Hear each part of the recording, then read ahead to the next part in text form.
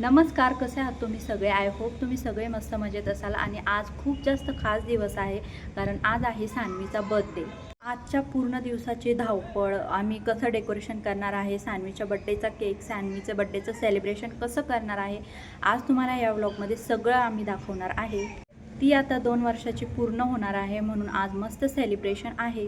आणि आज माझी एनर्जी थोडीशी लो आहे, कारण माझी तब्येत अजिबात बरी नाही आहे. मी सकाळी सलाईन घेऊन आलेले आहे, त्यामुळं माझी एनर्जी जर तुम्हाला थोडीशी लो दिसत असेल तर प्लीज समजून. आज मला हा व्लॉग जो आहे लॉंगवाला तो अजिबात शूट करायचा नव्हता, कारण माझी तब्येत पण ठीक नव्हती आणि माझं मन पण होत नव्हतं.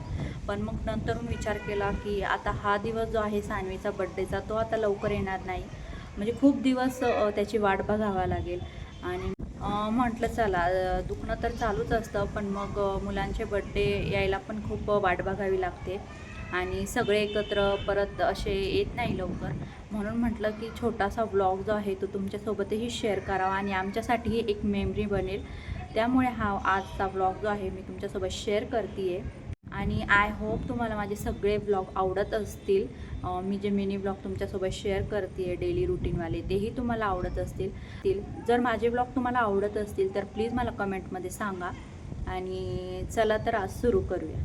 आज आमच्या लाडूबाईचा बड्डे होता, म्हणूनच ना सकाळपासून घरात सगळीकडे लगबग चालू होती आणि सान्वीची मम्मी ते बनवत होती बिर्याणी. घरीच ना बिर्याणी बनवायचा आमचा प्लॅन ठरलेला होता. इकडे येऊन बघितलं तर आमची बड्डे गर्ल अजून झोपलेली होती आणि मी आले तर तिला आवाज आला तशी ती उठूनच बसली. आज काय पाऊस आलेला नव्हता, पण वातावरण ना ढगाळच झालेलं होतं, म्हणून वाटत होतं पाऊस येतो की काय. बिर्याणीची तर ऑलमोस्ट तयारी झालेलीच होती, पण इथे ना कोशिंबीर बनवायची होती, त्यामुळे आरुषची मामी ते कोशिंबीरचं सगळं चिरून देत होती. आरुष स्कूलवरून आल्यानंतर ना काहीच खाल्लेलं नव्हतं, म्हणून त्याला इथे मी ना चहा बिस्किट खायला दिलेलं होतं आणि आम्ही लागलो होतो डेकोरेशनच्या तयारीला. आम्ही ना डेकोरेशन सिम्पलच करायचं ठरवलेलं होतं. जास्त डेकोरेशन करायच्या नादी लागलो ना तर मग बाकीचे काम सगळे राहून जातात आणि मग पुढे ना सगळ्याच गोष्टींसाठी लेट होतं. तर इथे मी बलून्स फुलून देत होते. आरुष आणि सानूचं चालू होतं मध्ये मध्ये करायचं काम. डेकोरेशन पण नाही इथे जवळजवळ झालेलंच होतं. थोडंफार काय जे होतं ती आरुषची मामी करत होती. रेडी वगैरे होऊन यांचं चालू होतं फोटोशूट. त्यानंतर मीही रेडी झाली आणि मी अशी काही सिंपल रेडी झालेले होते. घरातल्या घरातच बर्थडे होता, त्यामुळे सगळे सिंपल आणि स्वीट तयार झालेले होते.